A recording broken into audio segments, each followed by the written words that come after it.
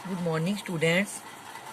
मैंने आपको राम लक्ष्मण परशुराम संवाद के 9 क्वेश्चन भेज दिए हैं। अब मैं 10वां क्वेश्चन समझा रही हूँ। प्रश्न 10, निम्नलिखित पंक्तियों में प्रयुक्त अलंकार पहचान कर लिखिए। क, बालकू बोली बंदो नहीं तो ही। आपको बताया हुआ है अनुप्रास अलंकार में एक ही वर्ण की आवृत्ति बार बार होती है, तो इसमें बाबा की आवृत्ति बार बार हुई है, इसमें अनुप्रास अलंकार है। कोटि कुलित संवचन तुम्हारा, इसमें उपमा अलंकार है क्योंकि इसमें उपमेय की उपमा के साथ तुलना की गई है। और सम शब्द है।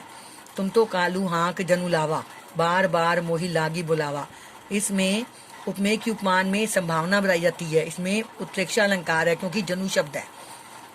लखन उत्तर आहुति सरिस, भृगु वर कोपुग्र सानु, बढ़त देखी जल संवचन बोले रघुकुल भानु।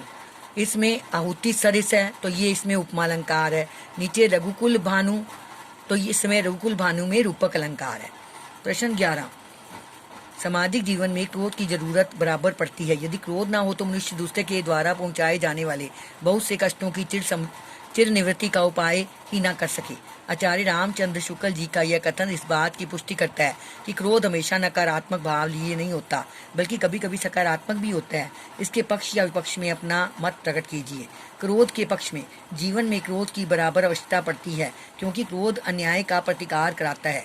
क्रोध हमें आत्मसम्मानी बनाता है। क्रोध हमें उत्साह का संचार करता है। क्रोध कष्टों से निवृत्ति कराता है। क्रोध हमारे व्यक्तित्व का परिचायक है। क्रोध के विपक्ष में, क्रोध एक मनोविकार है। क्रोध हमारे शरीर में और मन पर दुष्प्रभाव डालता है। क्रोध हमें घमंडी और चिड़चिड़ा बना देता है। क्रोध में किसी के प्रति अन्याय हो जाता है। प्रश्न 12, संकलित अंश में राम का व्यवहार विनयपूर्ण और संयत है। लक्ष्मण लगातार व्यंग्य बाणों का उपयोग करते हैं और परशुराम का व्यवहार क्रोध से भरा हुआ है। आप अपने आप को इस परिस्थिति में रखकर लिखें कि आपका व्यवहार कैसा होता है। उत्तर, मेरा व्यवहार लक्ष्मण और राम के बीच का होता है। मैं लक्ष्मण की भांति परशुराम के बड़बोलेपन की हवा तो निकालता, किंतु बदले में उसका अपमान न करता। मैं उसी की तरह जोर जोर से बोलकर उसे परिस्थिति समझने के लिए कहता। यदि वे सुनने के लिए तैयार हो जाते तो फिर विनय का प्रदर्शन करता। आखिर वे हैं तो बड़े बूढ़े, मुनि और सम्मानीय। प्रश्न 13, अपने किसी परिचित या मित्र के स्वभाव की विशेषताएं लिखिए।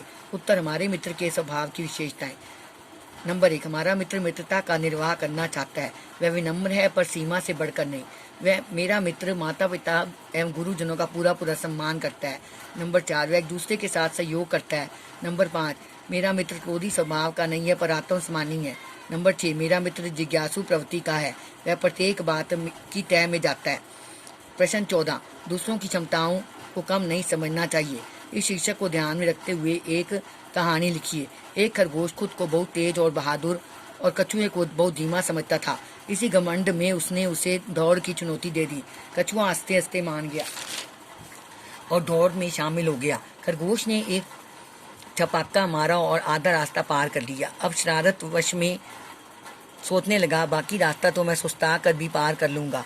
यह सोचकर वह सचमुच सुस्ताने लगा, परंतु उसे नींद आ गई।